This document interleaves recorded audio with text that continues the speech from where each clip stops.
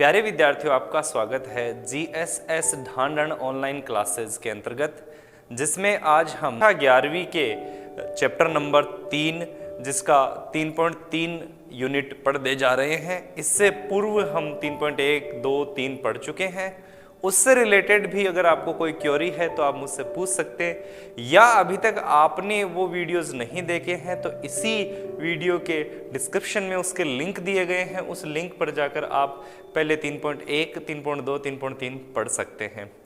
तो मैं हूं आपका राज सर, आज आपके लिए लेके आया हूं चैप्टर नंबर 3.4। तो शुरू करने जा रहे हैं। तो हमने जो चीजें पढ़ी है उसमें पढ़ा है कि त्रिकोणमिति, जैसे साइन थीटा कोस थीटा, इनके मान। अब अपने पास त्रिकोणमितीय समीकरण आएंगे। तभी त्रिकोणमितीय समीकरण में हम दो बातें करते हैं किसी भी समीकरण के। वो दो बातें क्या होगी? वो दो बात मुख्य हल और दूसरा होता है व्यापक हल। किसी भी समीकरण का मुख्य हल और व्यापक हल। अब हल की बात करते हैं तो समीकरण का हल कैसे कैसे ज्ञात करेंगे, कैसे मुख्य हल ज्ञात करेंगे, कैसे व्यापक हल ज्ञात करेंगे, ये बात करते हैं। कोई भी ट्रिग्नोमेट्रिकल फंक्शन है, चाहे वो साइन थीटा हो, चाहे वो कोस थीटा हो, चाहे वो टेन थीटा हो, चाहे वो कोट थीटा हो, सेक थीटा, कोसेक थीटा, ये जो आपके 6 के 6 ट्रिग्नोमेट्रिकल फंक्शन है, इसकी वैल्यू 0 से लेकर 360 के बीच में अगर थीटा हो, कहाँ हो? 0 से 360 के बीच में। तो 0 से 360 के बीच में जो इनके मान आते हैं उन मानों को हम कहते हैं मुख्य हल। क्या कहते हैं उनको? मुख्य हल। 0 से 360 के बीच में जो मान आते हैं मुख्य हल कहलाते हैं। ध्यान दीजिए फिर से, मुख्य हल कहां से कहां तक होते हैं? 0 से 360 के बीच में। तो सभी जो ट्रिग्नोमेट्रिकल फंक्शन होते हैं उसके मुख्य हल 2 होते हैं सामान्यतः। क्यों? क्योंकि देखिए, प्रत्येक फंक्शन जो होता है वो फर्स्ट क्वाड्रेंट में अपनी जो वैल्यू देता है वही वो अपने खुद के क्वाड्रेंट में देता है। जैसे हम बात करें ASTC वाली, ऑल साइन टेन कोट कोस, तो जो यहां साइन का मान है, मान लीजिए साइन 30 का मान है, कितना होता है? 1/2। तो 1/2 साइन इस क्वाड्रेंट में भी देगा। तो जो मान इस क्वाड्रेंट में देगा वही मान इस क्वाड्रेंट में देगा। इस क्वाड्रेंट में वो कौन से थीटा के कौन से मान के लिए मान देता है उस पर डिपेंड करता है। तो जैसे हम जानते हैं कि साइन 30 डिग्री का मान 1/2 होता है, तो वैसे ही साइन 150 डिग्री का मान भी 1/2 होता है। तो 360, 0 से 360 के बीच में इसके दो मान आए, एक तो 30 डिग्री और एक 150 डिग्री। तो दोनों मान जो 30 डिग्री और 150 डिग्री है इसके मुख्य मान कहलाते हैं। इसी प्रकार से जैसे ये साइन के लिए है, वैसे कोस, टेन, कॉट सब के लिए ऐसा रूल लागू होता है। जैसे हम बात करते हैं कोस के लिए, जैसे कोस में कोस 30 का मान होता है √3/2। तो √3/2 अगर किसी कोस थीटा का मान है तो एक तो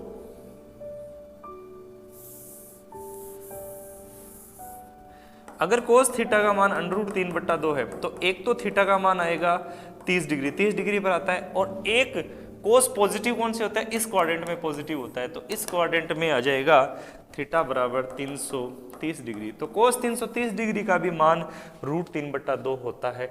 तो ये मान कैसे होते, क्यों होते, उस पे बारे में भी हम चर्चा करेंगे। एक मान मुख्य मान अपने पास आ जाए तो दूसरा मान कैसे ज्ञात करेंगे वो भी चर्चा करेंगे। तो हम मूल रूप से बात करेंगे मुख्य मान की। तो मुख्य मान होते हैं 0 से 360 के बीच में। प्रत्येक फलन के मुख्य कितने मान होंगे? 2 मान होंगे। इसी प्रकार से हम बात करेंगे व्यापक मान की। व्यापक हल के अंदर क्या होता है? देखिए, जैसा कि हम जानते हैं कि एक चक्कर जब लगाता है फलन तो 360 डिग्री कवर होता है। 360 तक सारे मान आ जाते हैं। उसके बाद में जैसे ही हम 360 से ऊपर जाते हैं, 360 से ऊपर जाते हैं 400, 500, 600, 720, तो जैसे ऊपर जाते हैं कोण तो बढ़ता है लेकिन वैल्यूज वही आती है, वही वैल्यूज वापस रिपीट होती जाती है। तो जैसे मान लीजिए कोस का 30 का मान √3/2, वैसे ही कोस 360 + 30 का मान भी यही मान होगा। कोस 720 प्लस 30 का भी यही मान होगा। तो ये जो सारे मान है वो व्यापक मान कहलाते हैं, और ये व्यापक मान कितने होते हैं, ये अनंत तक चलते हैं। तो आज हम दोनों मानों पर चर्चा करेंगे, मुख्य हल और व्यापक हल कैसे करते हैं उसको हम आज कुछ उदाहरण द्वारा समझेंगे कि किस तरीके से हम इनको करते हैं। उससे पहले भी मैं आपको एक बात बता देना चाहूंगा कि जैसे हम बात कर रहे हैं सबसे पहले मुख्य हल के बारे में।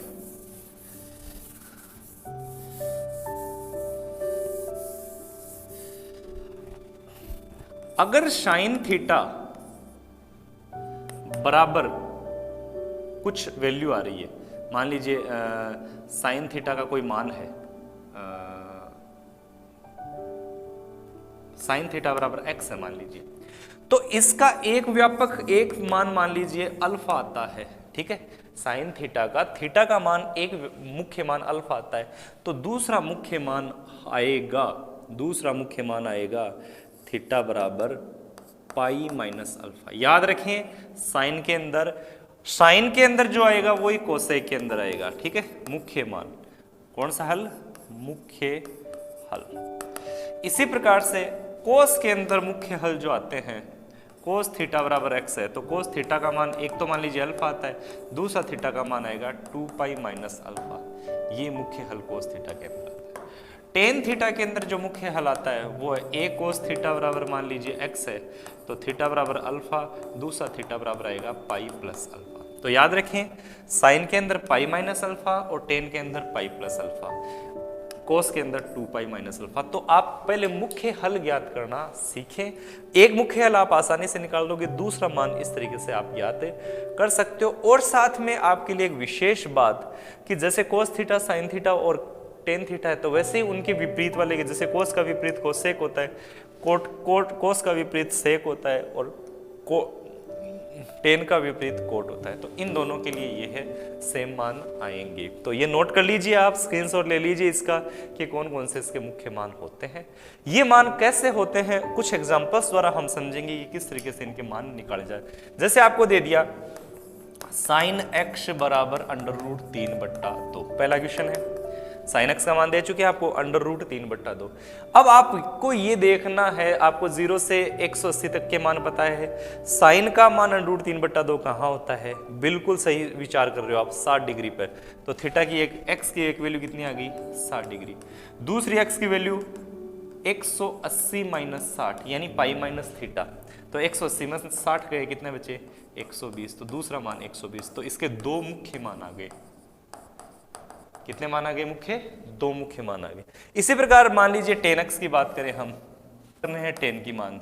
10 का बराबर क्या है, 10x बराबर है माइनस का 1/√3, माइनस का 1/√3। माइनस का 1/√3 10 का मान आता है सेकंड क्वाड्रेंट में। सेकंड क्वाड्रेंट में अब 10 का मान देखो 1/√3 कितना आता है 30 पर, सेकंड क्वाड्रेंट होता है 180 माइनस 30, 180 माइनस 30 150, तो 150 पर इसका मान ये आएगा। तो यहाँ x का मान कितना आएगा 150। अब 150 कितना होता है, गुड क्वेश्चन, 150 होता है कितना है, 150 का मतलब जो भी आप पाई के रूप में लिखे हो, तो किसी को पाई के रूप में लिखना हो तो 180 गुणा पाई लिख सकते हो आप। तो 0 से 0 कट गया और ये आएगा 3 pi by 5 15 sorry 5 pi by 6, ये 150 होता है। अब दूसरा इसका मुख्य मान, दूसरा मुख्य मान 10 के अंदर मुख्य मान एक तो होता है थीटा, एक होता है पाई प्लस थीटा, तो पाई प्लस पाई बाई 6, 6 और 5 11 पाई बाई 6। तो इसके दो मुख्य मान आ गए, एक तो 5 पाई बाई 6 और एक 11 पाई बाई 6, ये दोनों इसके मुख्य मान होते हैं। ओके, चलिए नेक्स्ट।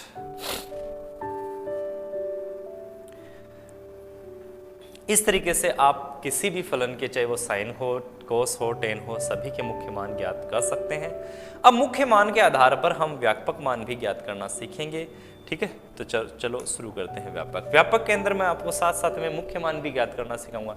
जैसे आपको पास है कोस x बराबर अगर कोस फाई हो, व्यापक मान ज्ञात करना, व्यापक मान ज्ञात करना। सूत्र याद रखना आपको, यदि कोस x बराबर हो कोस 5, पहले साइन का लिखवा देता हूं, यदि आपके पास साइन x बराबर हो साइन 5, तो व्यापक मान होता है x बराबर n पाई प्लस माइनस 1 की पावर n फाई।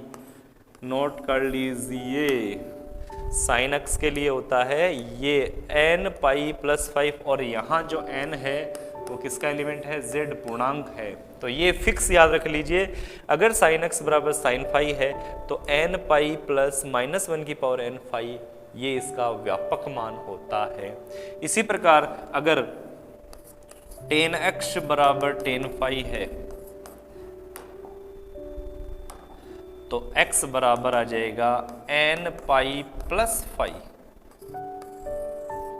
इसी प्रकार अगर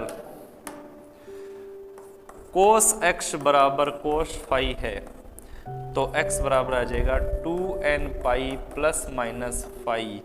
विशेष बात ये ध्यान रखिए, इसके अंदर n z का एलिमेंट है, इसके अंदर भी n z का एलिमेंट है। इसका स्क्रीनशॉट ले लीजिए, इन तीनों सूत्रों का, फर्स्ट सेकंड और थर्ड, इन तीनों सूत्रों का आप स्क्रीनशॉट ले लीजिए। कोई इसमें समस्या ये तो मुझसे आप पूछ सकते हैं, एक बार इसका स्क्रीनशॉट ले लीजिए। ये फॉर्मूले आपको याद रखने। विशेष कंडीशन और बात करता हूं मैं, वो विशेष कंडीशन क्या है? विशेष ये है कि यदि नंबर 1, यदि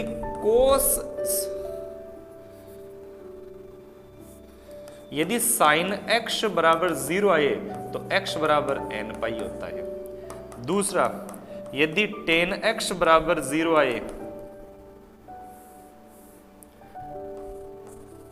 टेन x बराबर 0 आए तो x बराबर n पाई होता है। ये दोनों में ही x बराबर n पाई आएगा। लेकिन अगर कोस x बराबर 0 आए तो x बराबर आ जाएगा 2n plus 1 2n minus 1 pi by 2 ये आता है।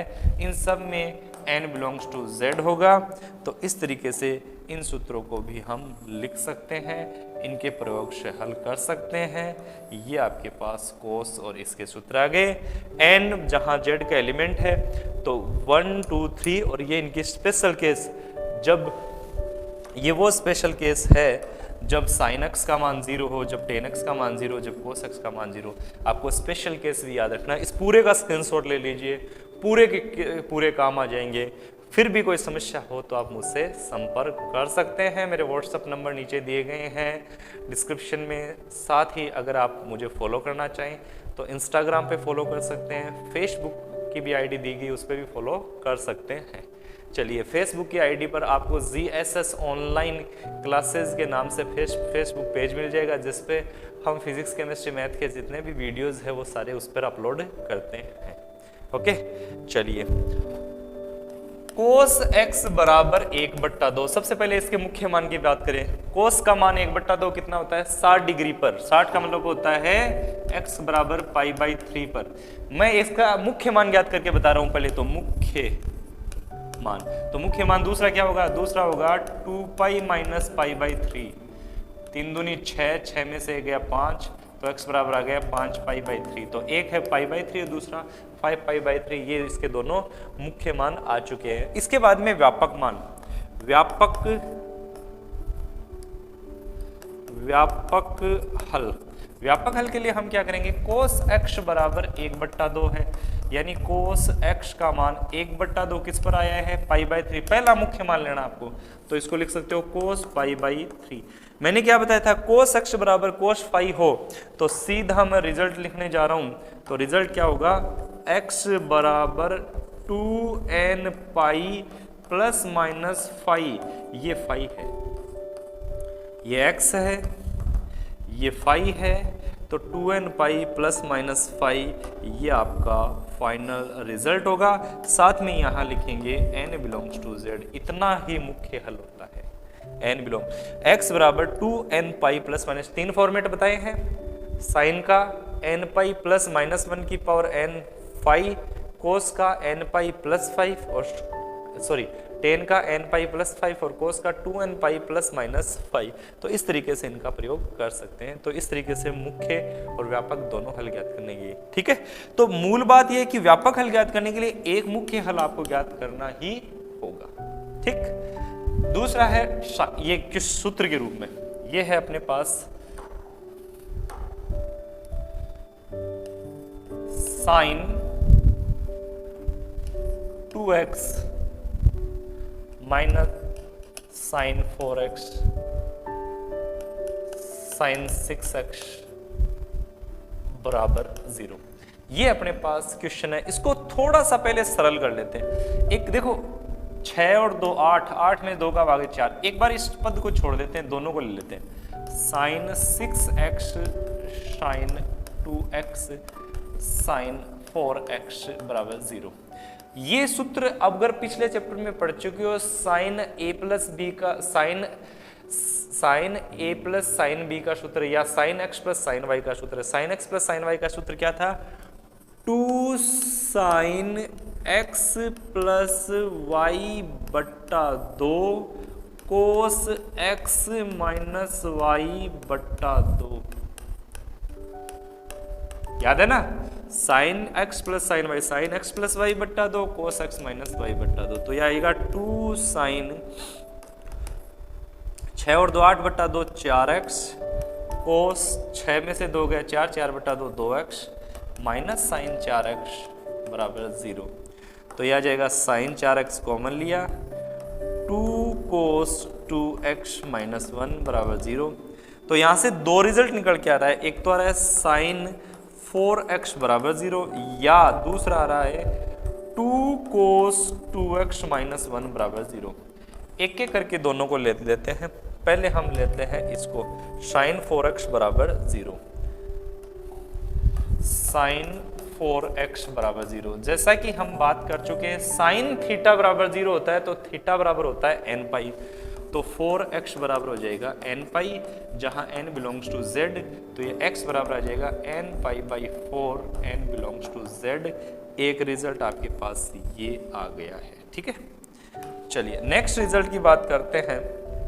दूसरी कंडीशन ये है 2, ये दूसरा है 2 कोस x माइनस 1 बराबर 0। तो कोस 2x का मान यहाँ क्या आ जाएगा 1/2।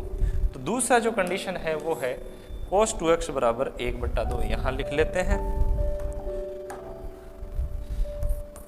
कोस 2x बराबर 1/2। ठीक है, अब कोस थीटा का मान 1/2 कितने पर होता है? पाई बाई 3 पर होता है। 60 का मान ही होता है ना 1/2। तो ये आ जाएगा कोस 2x बराबर कोस पाई बाई 3। तो थीटा बराबर सूत्र पढ़ चुके हम 2n pi plus minus pi n belongs to z। इस 2 का लगा दो भाग, तो x बराबर इसमें 2 का भाग 2n pi plus minus pi by 3, ये 2 का भाग ये 2 का भाग, तो x बराबर n pi plus minus pi by 6, n belongs to z। और ये आपका अंतिम और फाइनल रिजल्ट होगा। तो 2 रिजल्ट होंगे इसके, एक ये और एक ये, दोनों के दोनों ही इसके रिजल्ट होंगे। आपको कुछ समझ में नहीं आ रहा है तो आप एक बार चेक कर सकते हैं, पूछ सकते हैं, स्क्रीनशॉट ले सकते हैं, कोई समस्या है तो। सबसे पहले हमें फॉर्मूला को सोल्व करना है, फिर हमें इक्वेशन को अलग अलग करना है, साइन को उसके मान रखने हैं और आपका रिजल्ट आसानी से आ जाएगा। कोई भी समस्या नहीं आएगी। आप सिंपली समीकरण को सरल करना है, फिर व्यापक हल लिख लेना है। व्यापक हल 3 होते हैं। ठीक है, चलिए इसका नेक्स्ट थर्ड वाला क्वेश्चन लेते हैं। सेक स्क्वायर 2x बराबर 1 माइनस 10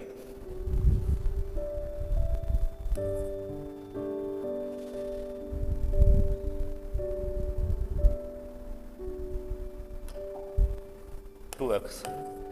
देखिए ये सेक है और ये 10 है, दोनों एक जैसे नहीं है। तो सबसे पहला काम आपको क्या करना है, दोनों को एक जैसा बनाना है। सेक स्क्वायर को लिख सकते हैं 1 प्लस 10 स्क्वायर 2x बराबर 1 माइनस 10 2x। ठीक है, देखिए 1 से 1 कैंसिल, तो 10 स्क्वायर 2x और प्लस 10 2x बराबर 0। दोनों में कॉमन आ रहा है 10 2x ले लीजिए, ये आ गया 10 2x प्लस 1 बराबर 0। तो एक तो आ जाएगा 10 2x बराबर 0 या एक आ जाएगा 10 2x प्लस 1 बराबर 0। दो गुणनखंड हो गए ना, 10 2x और 10 2x प्लस 1। जब दो चीज गुणा में 0 होती है तो या तो इसके बराबर 0 या इसके बराबर।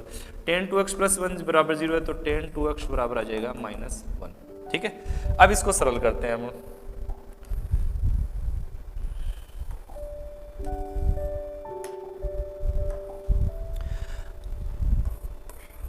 टेन 2x बराबर 0, टेन थीटा बराबर 0 होता है तो थीटा बराबर होता है n पाई, तो x बराबर n पाई बटा 2। टेन 2x बराबर n पाई तो x बराबर ये 2 का भाग लगा दीजिए, जहाँ n किसका एलिमेंट है, z का एलिमेंट है। पहला रिजल्ट आ चुका है।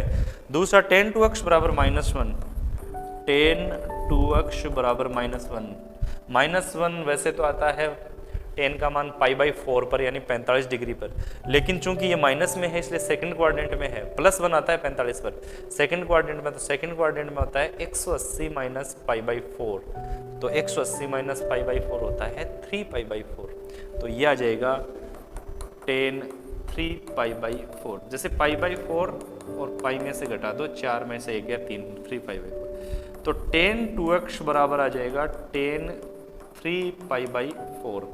तो 2x की वैल्यू क्या आ जाएगी, थोड़ा सा इसको ऊपर कर देते हैं, तो 2x की वैल्यू आ जाएगी, सूत्र होता है n pi plus 3π/4, n belongs to z, 2 का भाग लगा दो तो x बराबर n π/2 प्लस 3π/4 बट्टा 2, तो x बराबर n π/2 plus 3π/8, n belongs to z। तो इस तरीके से आप इसकी वैल्यूएशन कर सकते हो। तो इसके 2 रिजल्ट आ चुके हैं, पहला रिजल्ट ये रहा और दूसरा रिजल्ट ये रहा। दोनों ही रिजल्ट आपके सामने हैं, दोनों रिजल्ट के अंदर n का प्रयोग है। तो ये इस तरीके से हम किसी भी फलन के व्यापक हल और मुख्य हल ज्ञात कर सकते हैं। मुख्य हल 2 होंगे और व्यापक हल n के मान के आधार पर अनंत होंगे। तो आप इस चैप्टर नंबर 3.4 के हल करें, कोई समस्या तो मुझसे पूछे। इसी के साथ आप विविध प्रश्नावली भी कर लें, आपको 1 दिन का समय देता हूं। उसके बाद में जो भी क्वेश्चन में प्रॉब्लम हो पूरे चैप्टर में 3.1, 3.2, 3.3, 3.4 में जो भी प्रॉब्लम है मुझे व्हाट्सअप करें, मुझे कमेंट्स कर दें, वीडियो के अंदर ही कमेंट्स कर दें, जिससे मैं उस पर भी वीडियो बनाकर आपको अगला वीडियो डाल दूंगा। अन्यथा अगर कोई समस्या नहीं है तो अगला चैप्टर हम शुरू करेंगे। तो बने रहिए आपके अपने चैनल राज क्लासेस फतेहपुर में। ये वीडियोस आपको पसंद आ रहे हैं तो एक लाइक ज़रूर करें, और अगर आप इस चैनल पे नए हैं तो सब्सक्राइब कर दें और घंटी बटन दबा दें, जिससे आपको आने वाले वीडियोस के नोटिफिकेशन मिल जाएंगे। साथ ही अपने दोस्तों को शेयर करें जो गणित पढ़ना चाहते हैं उनके लिए। Thank you.